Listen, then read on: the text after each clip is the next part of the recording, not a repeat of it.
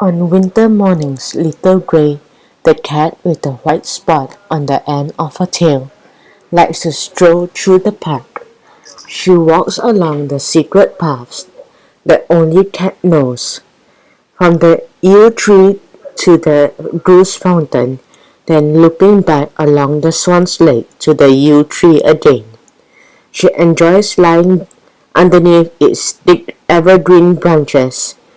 The ground feels nice here, warm and tingly as if a stream of sunbeams ran beneath it.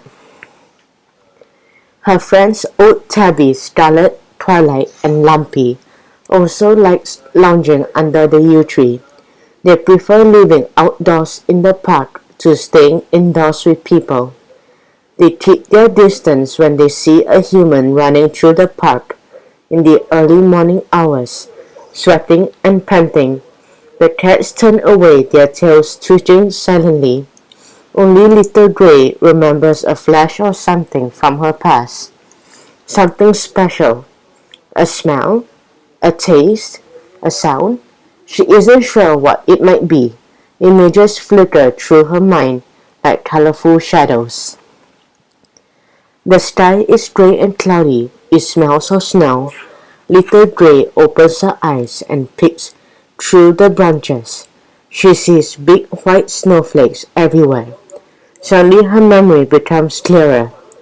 She remembers a comfort blanket, a bowl of milk, a caressing hand, a faint and shaky voice. She remembers watching snowflakes whirling from behind a crystal clear wall.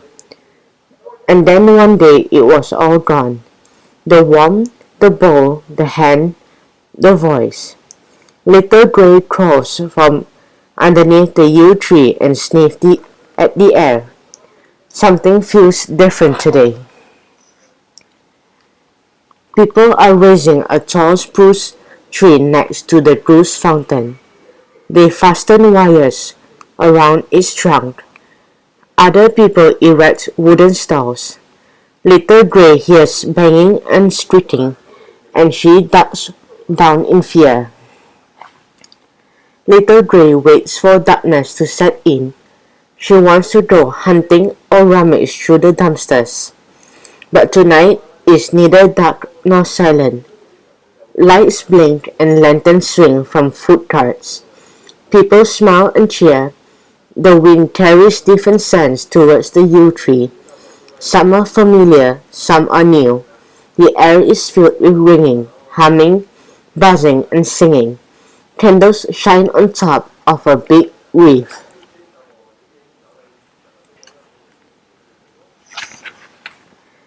The park feels very different now. The sounds trickling from the lighted tree are tempting to investigate. But Little Grey's friend, Twilight, puts his ears back and hissed at the shoes and boots that walk too close. He lets out a meow that roughly translates to, "This is too much, leave me alone."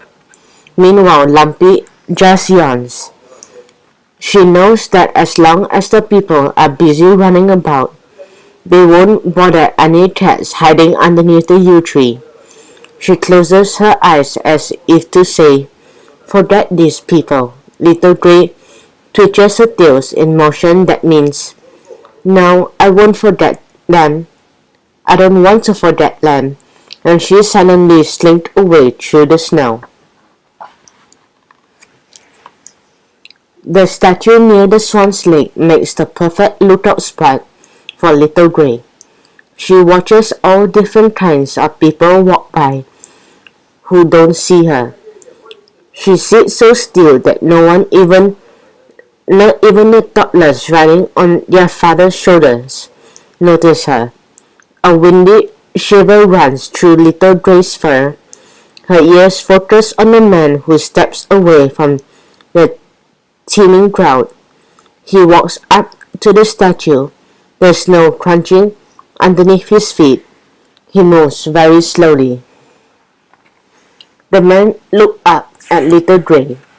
"At last, a friendly face," he says. "This is what I was looking for."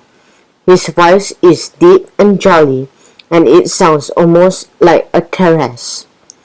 "Now smile, please," he says, holding a particular black box against his face. He turns and crouches, takes a step forward, then back. What a funny little dance. The black box clicks and whirs. That makes little Grace's fur stand up. Should she run away? But where to? "Look, little cat," the man calls. "I have something to share with you." Little Gray hears a rustling sound and smells something delicious. Will the man share his food with her? Little Gray is suddenly very hungry. The man walks on, searching for something. He strolls through the lighted tree, looking for happy faces in the Christmas market, for a gentle hand, perhaps reaching out of a straw angel, or for a shiny ornament which might reflect a smile. He stops in front of the Goose Fountain again. Little Gray sits on its edge. "Another one," says the man, laughing as he starts to do his bend and kneel dance again. Little Gray sneaks back to the yew tree. She rubs her head against old Tabby. "Don't leave us," old Tabby meows. Little Gray paces back and forth, one ear twisting to the right, one ear twisting to the left, listening. Her whiskers tremble, her tail twitches. "I will be back," she meows. "When the yew tree blossoms, I will return." And she leaps away through the branches. Little Gray sniffs the air. Her human is still there, the man with the warm voice. He can't walk away now that she's chosen him, can he? The man spots a shadow dashing past. He sees Little Gray waiting at the corner. "Oh," he says with a surprise. "Have we not met before?" "Meow," Little Gray answers. Little Gray is surprised at how easy it is to follow a person in the hustle and bustle of town. The sound of his footsteps is different from all the other footsteps around her. She trails her human past all the other sounds and smells. It's getting dark, and the man's footsteps speak their own language. They say cold and time to get home. But even so, the man stops at a little square where an old man watches over a strange forest of trees with no roots. "I like this one here," the man says. "Not too small, not too big. My son will be impressed." "What does your boy want for Christmas?" the other man asks.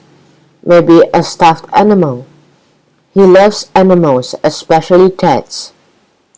"Well then, Merry Christmas to you both." Little Gray's human tucks the tree under his arm and drags it home. The man carries the tree up some steep stairs. He leans it against a white wall.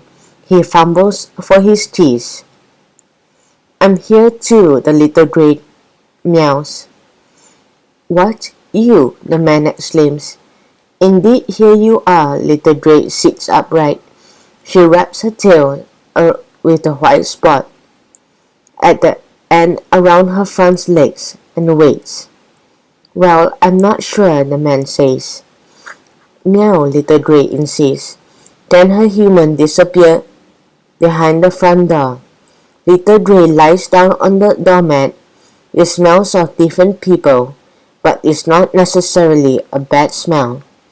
She can hear footsteps from behind the door. Then it opens, but only slightly. The man places a bowl of milk on the porch. He whispers, "Be patient, we are still negotiating." Little Gray drinks the milk with satisfaction. There's a feeling deep inside her, a feeling only Cat knows, telling her that she will be taken inside along with the tree. Maybe very soon. You have to be patient with humans. They are not as strict and as certain as cats are.